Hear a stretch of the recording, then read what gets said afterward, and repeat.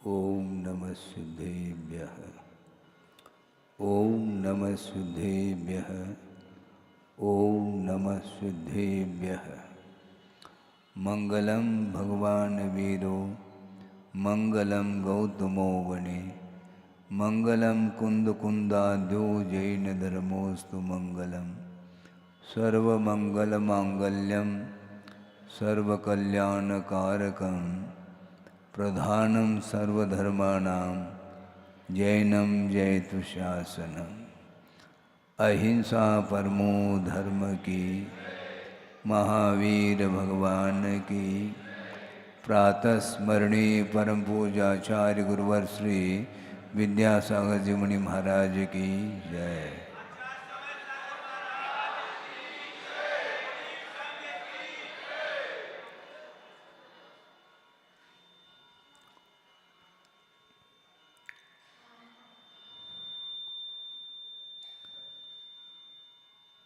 प्रधानम सर्वधर्माणां जैनम जयतु शासनम, ऐसा कहा। समस्त धर्मों में प्रधानभूत है कौन? कौन प्रधानभूत है? प्रधानम सर्वधर्माणां जैनम जयतु शासनम। जिनेन्द्र भगवान का जो शासन है वह समस्त धर्मों में प्रधानभूत है, ऐसा कहा है। धर्म का अर्थ होता है वस्तु का स्वरूप होता है। धम्मो वस्तु सहाहो, ऐसा आगम में उल्लेख मिलता है। वस्तु का जो स्वरूप अथवा स्वभाव है उसी का नाम धर्म है। धम्मो वस्तु सहावो। अब वस्तु का स्वभाव क्या है, उसकी क्या पहचान है, उस ओर भी ध्यान देने की आवश्यकता है। आप कुछ ऐसे भी कार्य करते हैं और कार्य करने में जो साधन के रूप में जिसको स्वीकारा है, किंतु सावधानी के साथ उसका आलम्बन लिया जाता है। क्या है वो? अग्नि है। अग्नि के माध्यम से अन्न को पकाया जाता है और प्राय करके ये आप लोगों का काम कम है, महिला वर्ग ही इसको अच्छे ढंग से जानता है। और वह अग्नि एक चिंगारी भी पर्याप्त है। उसमें असावधानी हुई तो पूरा का पूरा वह सामने उस चपेट में जो भी वस्तु आए, जो भी पदार्थ आ जाए, तो उसको वह भस्म कर देता है। इसके बावजूद भी उसके अंदर कुछ ऐसे धर्म हैं जिसके माध्यम से कार्य चलता है। तो उसका आलम्बन लेते हुए भी अपनी रक्षा के साथ आप चलते हैं, क्योंकि आपको यह परिचय में आ चुका है कि अग्नि का क्या धर्म होता है। और वह धर्म किसी बाहर से नहीं आया, उसके अंदर वह निजी धर्म है। उसका वह स्वभाव है। अग्नि की जो उष्णता है वह कहीं बाहर से नहीं आई है। आप जल को गर्म करते हैं अथवा दूध को गर्म करते हैं, उसमें जो उष्णता आई है वह जल का स्वरूप नहीं। जल का स्वभाव क्या है? शीतल था, किंतु अग्नि के संपर्क में आकर के वह जल स्वयं उष्ण रूप परिणमन कर रहा है, गर्म हो रहा है। गर्म होना उसका स्वभाव नहीं, उसी प्रकार आत्मा का स्वभाव गर्म होना नहीं, ये ध्यान रखें। वैसे खास तौर से जबलपुर गर्म रहता है, सुनते हैं, तासीर है, क्षेत्र क्षेत्र का प्रभाव है। और राजस्थान में भी सुनते हैं प्रकृति वहाँ की गर्म रहती है, स्वभाव से है। लेकिन आचार्य कहते हैं कि जीव का अथवा आत्मा का स्वभाव क्रोध करना नहीं है। क्रोध करना, मान करना, माया का आलम्बन लेना या लोभ के चपेट में आना, यह जीव का अथवा आत्मा का स्वभाव नहीं है। किंतु स्वभाव से जब बाहर आता है जीव, तो इस प्रकार का स्वभाव उसके अंदर आता है। ये क्रोध, मान, माया और लोभ, ये चार चीज़ें हैं, इसके माध्यम से संसार चलता रहता है। और इन चारों चीज़ों से हम ऊपर उठेंगे तो यहाँ पर कोई देखने में नहीं आएगा, क्योंकि स्वभाव को प्राप्त कर लेंगे तो यहाँ पर संसार खाली हो जाएगा। किंतु आचार्य कहते हैं संसार न अभी तक खाली हुआ न होगा।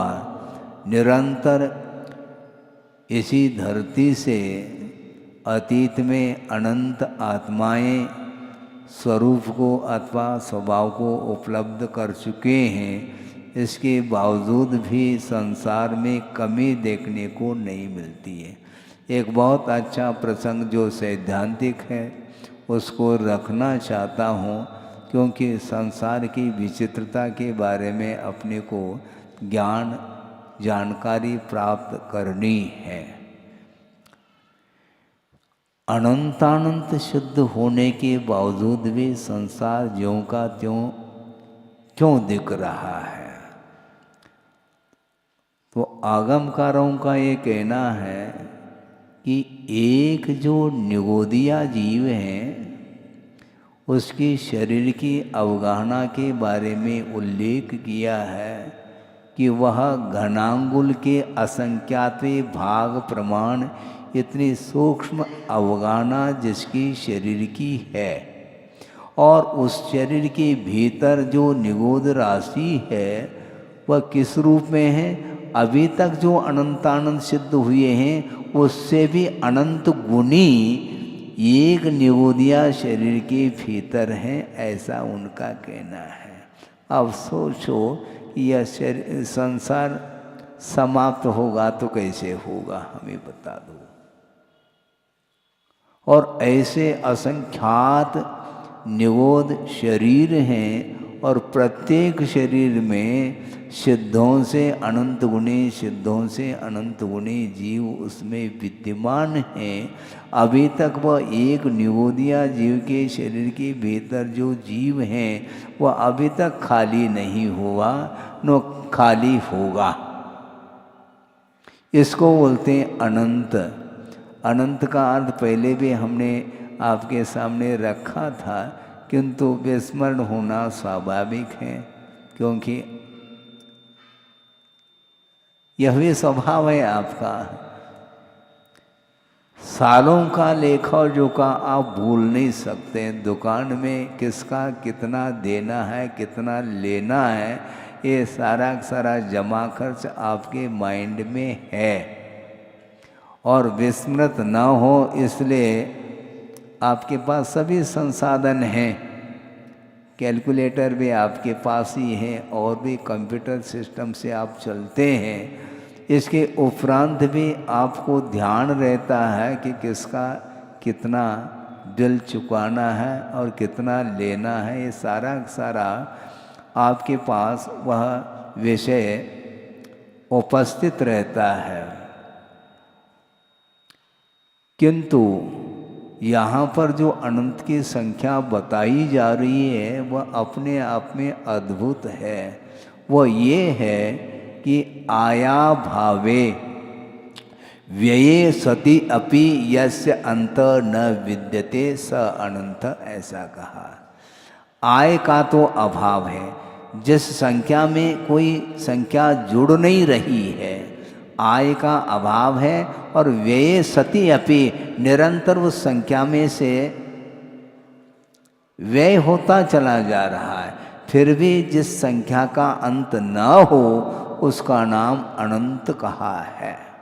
तो ऐसी स्थिति में अभी तक अनंतानंत जीव इस धरती से मुक्त हुए हैं और उनकी जो संख्या अनंतानंत के रूप में, उसको भी अनंतानंत से गुणित कर लो अथवा अनंत से गुणित कर लो। जो गुणनफल आएगा उतनी राशि एक निगोदिया शरीर के भीतर है। ये श्रद्धान का विषय है। न हमने देखा, न आपने देखा, न हमारे बुद्धि का विषय बन रहा है, न आपकी बुद्धि का विषय बन रहा है, किंतु आगम में तो वह बात आई है। और वीर हिमाचल से आइए, ध्यान रखो।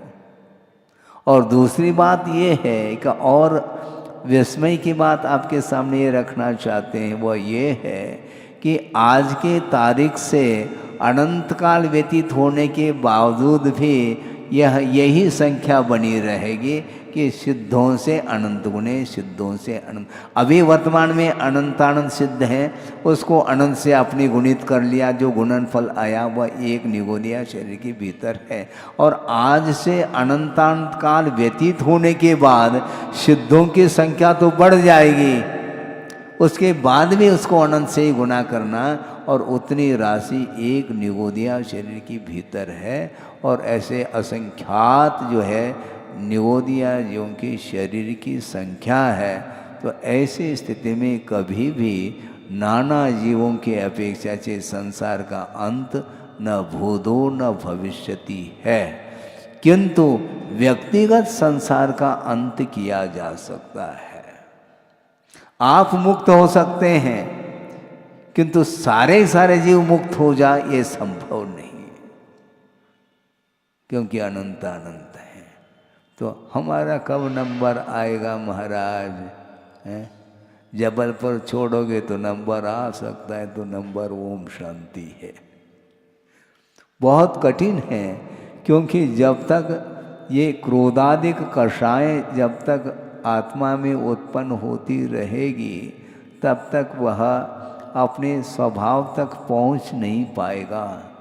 अपना जो स्वभाव है वह क्या स्वभाव है? मात्र ज्ञाता दृष्टा, जानना और देखना ही एकमात्र आत्मा का स्वभाव है।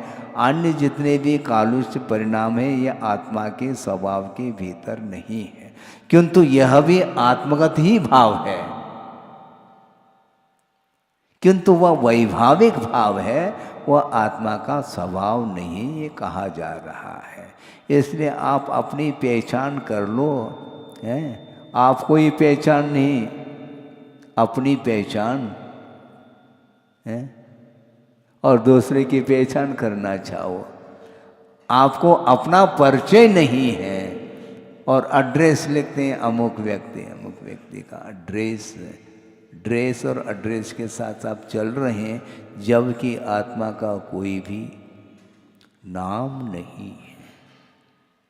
जो प्रॉपर नाम है ये रखा जाता है, ये ओरिजिनल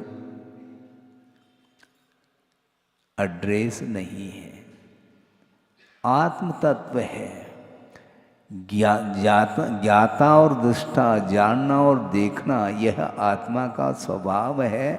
और उसके माध्यम से पदार्थ को मात्र जाना जाता है, देखा जाता है, किंतु ग्रहण नहीं किया जाता।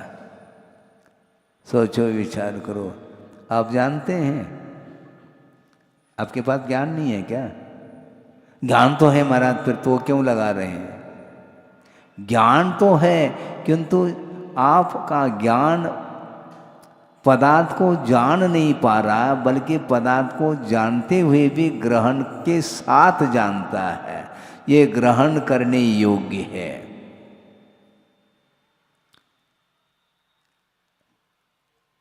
और उसमें भी इष्टानिष्ट के रूप में मेरे तेरे के साथ आपका ज्ञान काम कर रहा है। मात्र ज्ञान पदार्थ को जानने के लिए एक साधन है, किंतु उस पदार्थ से आपका ज्ञान प्रभावित हो रहा है और उस पदार्थ के साथ स्वामित्व भाव रखने का भी एक मन में विचार आ जाता है। यह आत्मा का स्वभाव नहीं है।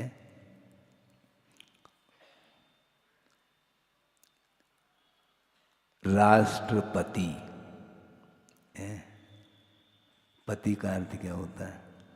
स्वामी। कुछ तो रस आता होगा उनको, मैं राष्ट्र का स्वामी हूं।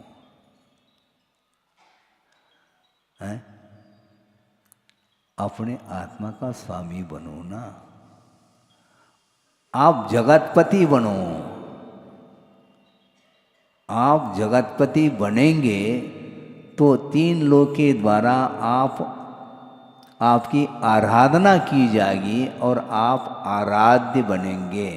किंतु आराध्य बनना किसी को इष्ट नहीं, पति बनना इष्ट है।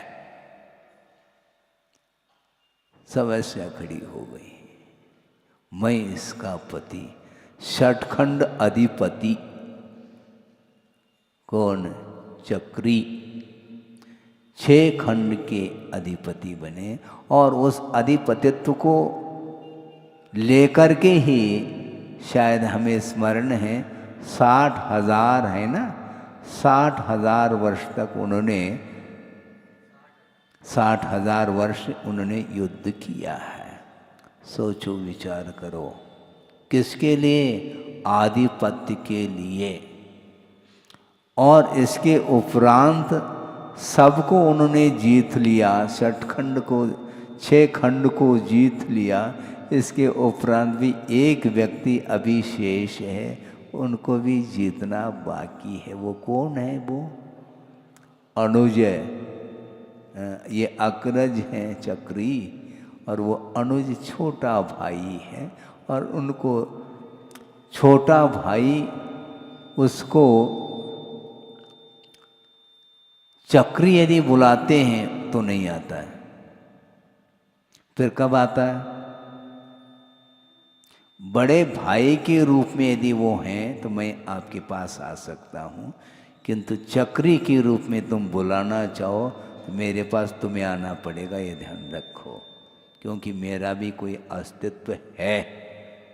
हाँ, ऐसा थोड़ी कि केवल आप ही आप है। आप हमारे अग्रज हैं, बड़े भाई हैं, आप पितातुल्य हैं, मैं मानता हूँ, किंतु यदि चक्री के रूप में कहोगे तो नहीं, मेरा अस्तित्व है, मुझे निपटना पड़ेगा तुम्हें। और 3 युद्धों में वह हार जाता है। एक दृष्टि युद्ध है, एक मल युद्ध है और जल युद्ध है। इन तीनों युद्धों में उस चक्री की हार हो जाती है। चक्रवर्ती हुंडावसर्पिणी की देन है कि कभी चक्रवर्ती का हार नहीं होता, किंतु युग के आदि में वृषभनाथ के ज्येष्ठ पुत्र जो चक्री बने उनकी हार हो गई। और वो भी किसके द्वारा? अनुज के द्वारा। और किसी के द्वारा हार हो जाए तो फिर भी ठीक है, किंतु छोटे भाई के द्वारा हार होना बहुत शर्म की बात होती है। लेकिन हार तो हो गई, अब क्या करेंगे। और तीनों युद्धों में हार गए। इसके उपरांत भी वह मान जो है ना खड़ा हो जाता है और वह शायद सम्यक दृष्टि है, अवधि ज्ञानी है, उसी भव से उनको निर्वाण का लाभ भी होना है। इसके बावजूद भी असंयम की भूमिका में संसारी प्राणी के अंदर कौन कौन से विचार उत्पन्न होते हैं, इसको समझना ही कठिन है। कभी भी उनका वह सम्यक दर्शन छूटने वाला नहीं है, किंतु असंयम के कारण इस प्रकार के विचार आ जाते हैं और उनको यह भी ध्यान नहीं रहा कि इस चक्र का प्रभाव अपने परिवार के ऊपर पड़ता है क्या नहीं पड़ता, और चक्र चला दी उन्होंने। कई लोगों का कहना है, इसलिए आपके सामने रख रहा हूँ, कि महाराज वो अबुद्धिपूर्वक चक्र चल गया है। अबुद्धिपूर्वक का अर्थ क्या लेते हैं? कुछ ऐसी चेष्टाएं होती हैं जो बुद्धिपूर्वक नहीं होती। आपकी जो श्वासोच्छ्वास की क्रिया है वह बुद्धिपूर्वक है क्या बुद्धिपूर्वक? अबुद्धिपूर्वक। क्योंकि आपका उपयोग इधर है, आप प्रवचन सुन रहे हैं और श्वसन क्रिया जारी है, इसको बोलते हैं अबुद्धि। तो इसी प्रकार किसी सज्जन का कहना रहा कि महाराज चक्रवर्ती ने जो चक्र चलाया बाहुबली के ऊपर वह अबुद्धिपूर्वक, तो इसका दूसरा अर्थ दे दिया गुरुदेव ने, उसके पास बुद्धि नहीं थी, इसी का नाम अबुद्धिपूर्वक। बुद्धि काम नहीं करी उसकी कि हमारे लिए मुझे क्या करना चाहिए, मेरे द्वारा क्या उचित है क्या अनुचित है, इसका कोई भी उसे भान नहीं रहा। इसी को बोलते हैं असंयम का प्रभाव। और मान कषाय ऐसा एक उसका उदय जब आता है तो वह झुकना नहीं चाहता है, किंतु अब क्या पढ़ते हैं? झुका रहा अपना माथा। किसके सामने? देव शास्त्र गुरु के सामने माता को टेक लेना चाहिए, किंतु वह वहाँ पर झुकना पसंद नहीं करता, क्योंकि मैं बड़ा हूँ। आप बड़े हैं क्या? व्यवहार में तो सब चलता है महाराज, जब व्यवहार में चलता है तो चलाते रहो, अनंत काल से चलाते आ रहे हैं, और चलाना हो तो आपकी मर्जी। क्योंकि वस्तुतः कोई ना बड़ा है ना छोटा है, किसी की उम्र बड़ी किसी की छोटी, इस प्रकार का जो व्यवहार चल रहा है वह केवल व्यवहार है। वस्तुतः देखा जाए जीव की कोई उम्र नहीं हुआ करती, अनंत काल से वह जीव आ रहा है और अनंत काल तक उसका परिणमन होता रहेगा। कौन छोटा और कौन बड़ा, उत्पन्न नहीं हो सकता जीव, जीव की उत्पत्ति संभव नहीं, किंतु अवस्था की उत्पत्ति होती है। हाँ, अवस्था का अर्थ ही पर्याय है। एक पर्याय मिट गई, दूसरी पर्याय की उत्पत्ति हो गई। मनुष्य पर्याय का अभाव हुआ और देव पर्याय की उत्पत्ति हो गई, किंतु मनुष्य पर्याय में जो जीव था वही वहाँ पर पहुँचा है। उस पर्याय में एकांत से जीव का उत्पाद नहीं होता, जन्म नहीं होता, किंतु पर्याय का ही जन्म होता है। कभी देव पर्याय से मनुष्य पर्याय, कभी मनुष्य से तिर्यंच, कभी तिर्यंच से नारकी रूप पर्याय। ये सब भिन्न भिन्न भिन्न भिन्न योनि स्थानों में यह उत्पन्न होता रहता है। 84 लाख उत्पत्ति स्थान गिनाए हैं आगम में, तो उन सभी पर्यायों में अनंत अनंत अनंत अनंत बार उत्पन्न होकर के मरण को प्राप्त हुआ है। इसलिए कौन बड़ा और कौन छोटा, गुरुदेव ने कहा था कि पूछा था उन्होंने, और सहजता से आप उत्तर भी देते हैं। नाती है और दादाजी हैं। नाती के साथ जी का प्रयोग नहीं करते हैं आप, है ना, क्योंकि छोटा है वो, है। और दादा नहीं, दादाजी, हाँ, क्योंकि वो बड़े हैं। गुरुदेव ने ये कहा था, ये ध्यान रखो, दादाजी का जन्म और नाती का जन्म एक समय में हुआ, क्योंकि जब तक नाती का जन्म नहीं होगा तब तक उनको ये टाइटल नहीं मिल सकता ये दादाजी है।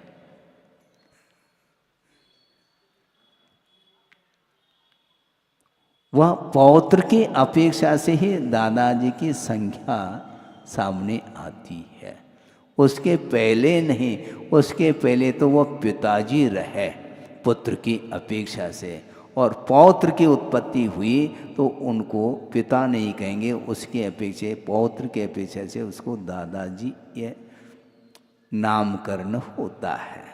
तो बड़ा छोटा कौन, एक ही तारीख, एक ही टाइमिंग में कोई अंतर नहीं। जिस समय नाती की उत्पत्ति उसी समय दादाजी की उत्पत्ति है।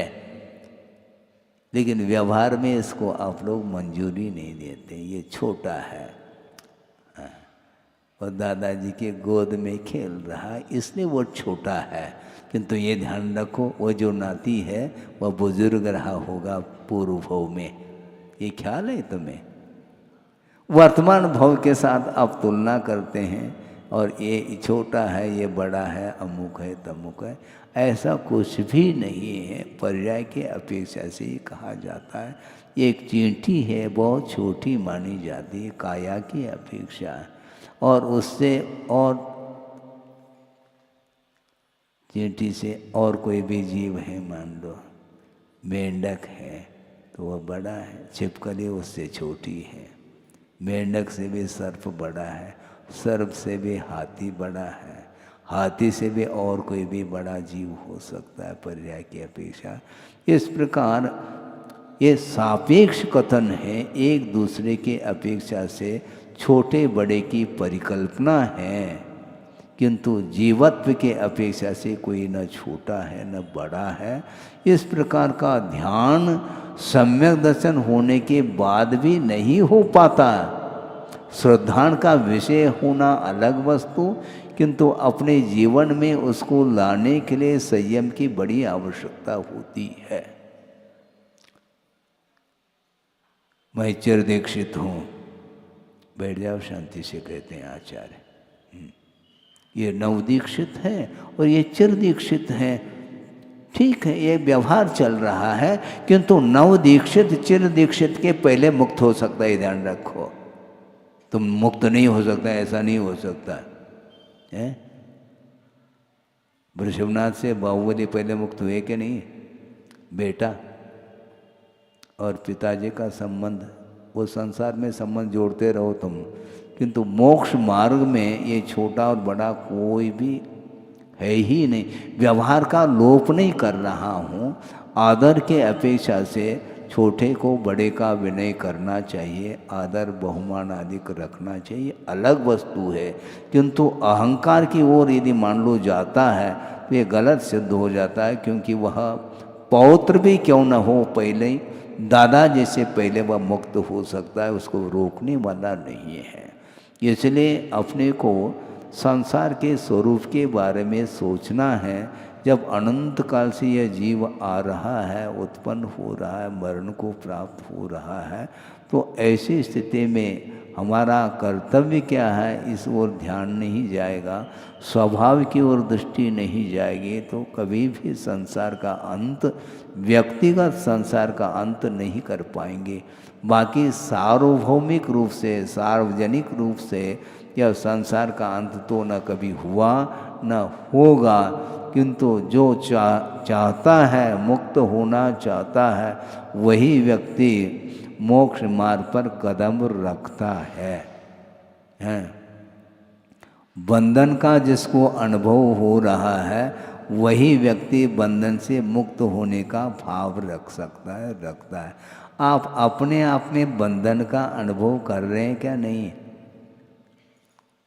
बोलो है? आप बाहर निकलते हैं तो पूछते हैं कौन जिसका आपके साथ संबंध है, वो पूछती हैं कब आएंगे आप? जा रहे हैं, आ जाऊंगा 8-10 दिन के अंदर। तो ये क्यों पूछ रही है वो? क्योंकि आपके साथ उसका संबंध है ना। तो संबंध है तो निश्चित रूप से बंधन है। आप निश्चिंत होकर के, फ्री होकर के आप कहीं भी जा नहीं सकोगे, नहीं तो वो भी फ्री हो जाएगी, फिर मुश्किल हो जाएगा। संबंध आपने रखा है, गठबंधन हुआ है, भले ही आप पृथक रहते हैं, ये बात अलग है शरीर की अपेक्षा, किंतु भावों के अपेक्षा से जो संबंध है वो बहुत घनिष्ठ संबंध हो जाता है। इसलिए जब तक उसके साथ हमारा संबंध है तब तक वह बंधन का ही अनुभव करता है। इसलिए और बंधन का नाम ही संसार है, और संसार से मुक्त होना चाहो तो आज नहीं कल उस संबंध को आपको तोड़ना पड़ेगा। पहला जोड़ता है संसारी प्राणी, और मान लो मन नहीं मिल रहे हैं फिर तोड़ने का भाव करता है तो तलाक हो जाता है। होता है कि नहीं? होता है। विचार मिलते नहीं, जल्दबाजी में संबंध हो गया, फिर बाद में विचारों में सामंजस्य नहीं है, साम्य नहीं है, तो उसमें बिखराव आ जाता है। तो इस प्रकार संसारी प्राणी निरंतर जो है अज्ञान के कारण संबंध जोड़ता ही चला जाता है, फिर बाद में तोड़ने के लिए उसके लिए बहुत कठिनाई का अनुभव करना पड़ता है। इसलिए आचार्य ये कहना चाहते हैं कि कीचड़ में पैर डाल करके धोने की अपेक्षा पहले से ही कीचड़ से दूर रहो। महाराज हम तो डाल चुके, अब हमारा क्या होगा? डाल चुके हैं तो उसका निर्वाह करो। जब आप गृहस्थ जीवन में प्रवेश आपने पाया है और अपनी इच्छा से ही, तो ऐसी स्थिति में आपका कर्तव्य बनता है परिवार के प्रति, और कर्तव्य पूर्ण करके ही आप फ्री हो सकते हैं, उसके पहले नहीं। हाँ। कितनी कठिनाई देखो ये। पहला सोचते, प्रवेश करने के पहले आप सोच विचार करते, महाराज मेरी कोई भावना नहीं थी, जबरदस्ती मेरे साथ हुई है। आपके साथ कैसे जबरदस्ती हो सकती है? कोई जबरदस्ती कर नहीं सकता। यदि जबरदस्ती करेगा तो मुझे भी करते हैं। सामने तो मैं बैठा हूँ, गुरुदेव को कर लेते हैं, परिवार वाले नहीं कर सकते। वो तीर्थंकर के माता पिता भी उनके लिए बाध्य नहीं कर सकते तीर्थंकर को, और रोते धोते रहते हैं तीर्थंकर के माता पिता भी, किंतु वह सुनते नहीं। तुम रो धोवो, हाँ। विश्व कल्याण करना है तो उसमें माता पिता भी, उनका भी कल्याण इसी में निहित है। ये मोह का संबंध है, वो माता पिता को भी वह मोह रुलाता है। हालांकि पिताजी भी और माँ भी एकाध भव में ही उनको भी मुक्ति का लाभ मिलेगा, ये निश्चित बात है, किंतु वर्तमान में उनके साथ ऐसा संबंध रहा है कि इकलौता बेटा है, तीर्थंकर बनेगा ये ठीक है, लेकिन छोड़ के चला जाएगा तो हम अकेले रह जाएंगे। ये जो है उसको बार बार पिंच करता है। लेकिन कुछ भी हो, जिसको वैराग्य हो जाता है, जिसको बंधन इष्ट नहीं है, उसको कोई भी रोकने वाला नहीं है। इसलिए ये ध्यान रखो। अभी कल की बात है, एक रात बीच में है, और कल चातुर्मास की स्थापना होगी है, और दिवाली तक बंध जाएंगे, लेकिन आपसे नहीं बंध रहे हैं, ध्यान रखो। आगम से हम बंध रहे हैं। आगम की आज्ञा है कि वर्षा योग की स्थापना होती है, और उसके बीच में विहार आदि को नहीं करते हैं। उसके बाद फ्री है, मोक्ष होते मुक्ति होती, फ्री कहीं भी जा सकते हैं वो। तो इसीलिए बंधन किसको इष्ट है? किसी को भी बंधन रुचता नहीं, किंतु वह मोह के कारण वह अकेला रहना पसंद नहीं करता, इसलिए वह संबंध जोड़ता ही चला जाता है। और जोड़ता चला जाता है तो एक के दो हो जाते हैं, फिर दो के चार होंगे,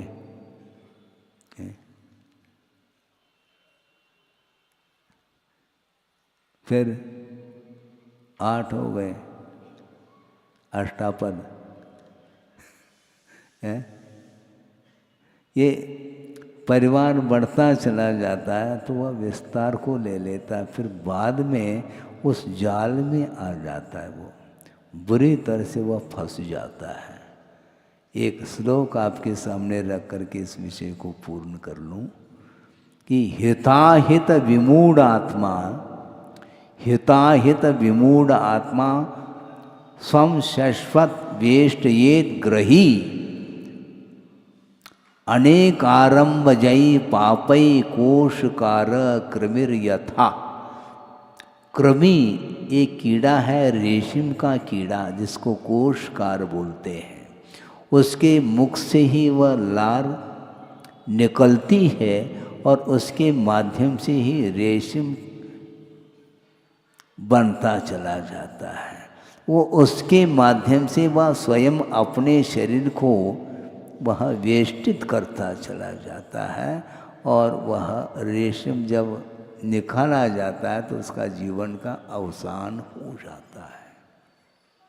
इसी प्रकार हिताहित को जो नहीं जानता है, हिताहित का ज्ञान जिसमें नहीं है, स्वम शाश्वत वेष्टयेत ग्रही, अपने आप को वह गृहस्थ वेष्टित परिवेष्टित करता चला जाता है। उसके स्वतंत्रता छिन जाती है। पहले अकेला था और संबंध जोड़ते ही वह एक दूसरे के साथ गठबंधन होते ही उसकी स्वतंत्रता समाप्त हो जाती है और गुलामी का अनुभव करना पड़ता है।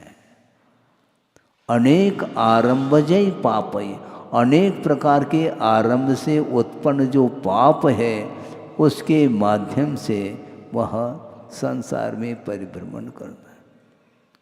कोशकार कृमिर यथा, रेशम का कपड़ा बनता है। कैसा बनता है वो?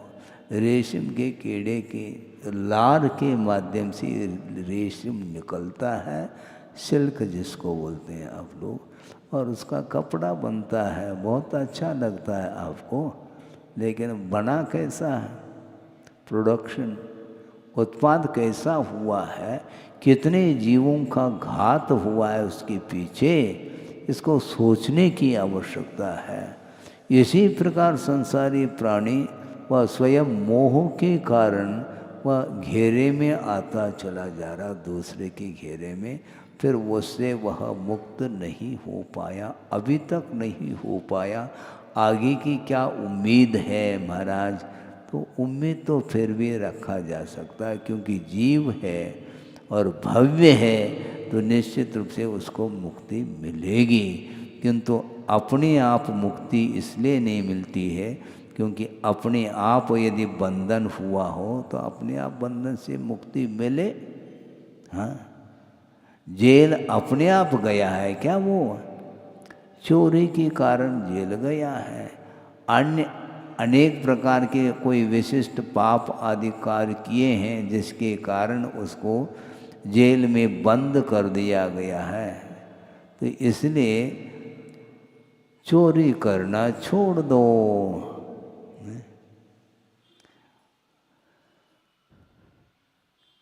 किसी ने किसी को कहा ये चोर है महाराज, तो वो उबल गया, मुझे चोर कह रहा है महाराज, अच्छी बात है। तो आपने अचौर्य व्रत अंगीकार किया है क्या? आपने अचौर्य व्रत अंगीकार किया है? नहीं किया है तो सारे सारे चोरी तो बैठे हैं। व्यवहार में जिसको चोर कहा जाता है उसकी चर्चा नहीं, किंतु वस्तुतः आपने नियम का 5 पापों का त्याग किया है क्या? हिंसा, झूठ, चोरी और वासना और परिग्रह, इसका जिसने त्याग किया है वो उसके लिए तो कहा जा सकता है कि यह चोर नहीं है।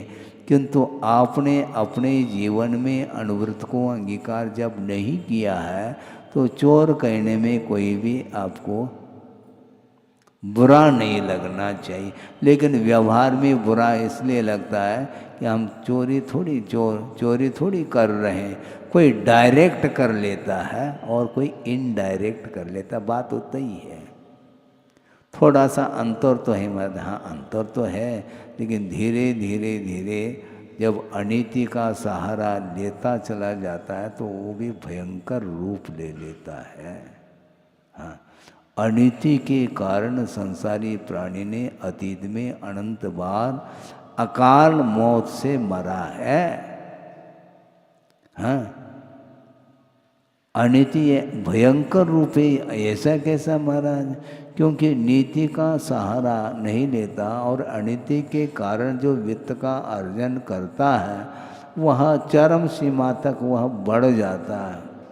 तो ऐसी स्थिति में वह फेमस हो जाता है, रईस। फिर जो बड़े बड़े जो होते हैं डाका डालते हैं तो उन्हीं के पास चले जाते हैं। और क्या, जो आज मजदूरी करके जीवन यापन कर रहा है उसके घर में कभी भी छापा नहीं पड़ता। उसको मिलने वाला क्या वहाँ पर? आज का कमाया आज खा लिया, कल फिर कमाएंगे फिर खाएंगे, ऐसी स्थिति है। किंतु जो गिनीज बुक में आया है उसी को पकड़ता है, चलो वहाँ पर मिलेगा। और वहाँ जा कर के यदि मान लो वह सब कुछ क्या करेगा, क्या वो कुछ नहीं कहता, जल्दी करो ये कहता है। हाँ, कहाँ कहाँ पर रखा है, हाँ, हम ढूंढ लेंगे, तुम चाबी दे दो जल्दी, नहीं है तो फिर देखो का अर्थ समझ गए आप? देखो का अर्थ फिर मुश्किल है तो मन मार करके चाबी अपने हाथ से दे देता है। देने का भाव नहीं, किंतु देना पड़ रहा है क्योंकि प्राण सबको प्रिय है। लेकिन इसके उपरांत भी सब कुछ लेकर के भी वह उसको समाप्त करके चला जाता है ताकि अपनी रक्षा की अपेक्षा। तो ये धन ने ही प्राण लिया है। धन जड़ है किंतु चेतन का घात जो होता है वह जड़ के द्वारा होता है। इसलिए जड़ का सहारा लेते लेते अनंत काल व्यतीत हुआ है। इसलिए आत्मा की जो पहचान है, आत्मा का क्या स्वरूप है, यह तब पकड़ में आएगा जब धर्म का स्वरूप पकड़ में आ जाए। इसलिए शुरुआत में हमने बात कही थी कि वत्तु धम्मो वत्तु सहाहो।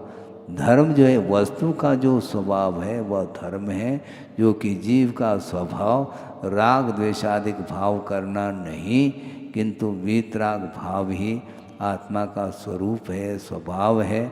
इसलिए संसार से ऊपर उठने के लिए अभी तक जितने भी जीव अपने साधना के माध्यम से, आत्म साधना के माध्यम से इस शरीर से अपने आप को मुक्त कराया है, क्योंकि बंधन से मुक्त हुए बिना वह आत्मिक सुख उपलब्ध नहीं हो सकता। इसलिए जल्दी से जल्दी अपने को भी शरीर रूपी जेल से बाहर निकलना है। निकलना है क्या? नहीं निकलना है तो जल्दी करो। फिर जो भी है, जब शरीर से ही बाहर निकलना है तो शरीर से जो पृथक है वह हमारी चीज़ कैसी हो सकती है। इसलिए जल्दी से जल्दी शिलाओं के माध्यम से सब कुछ जिनाले के लिए समर्पित करो और हल्का हो जाओ तो जल्दी सभा भवन से बाहर निकल जाएंगे, हमेशा के लिए मुक्त हो जाएंगे। इसलिए उपदेश सुनने की सार्थकता उसी में है कि वस्तु तत्व के स्वरूप को जान करके अपने से जो भिन्न पदार्थ हैं उनके प्रति जो लगाव है, उनके उन वस्तुओं के प्रति जो आसक्ति है, उसको धीरे धीरे कम करते हुए धर्म की आराधना के साथ जीवन व्यतीत करेंगे, निश्चित रूप से मुक्ति का लाभ हो सकता है। वो इस पवित्र भावना के साथ अहिंसा परमो धर्म की जय।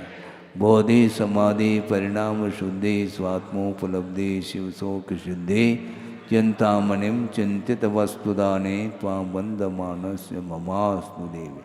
परम पूजा आचार्य गुरुवर श्री विद्यासागर जी महाराज की जय। बोलिए आचार्य भगवंत गुरुदेव श्री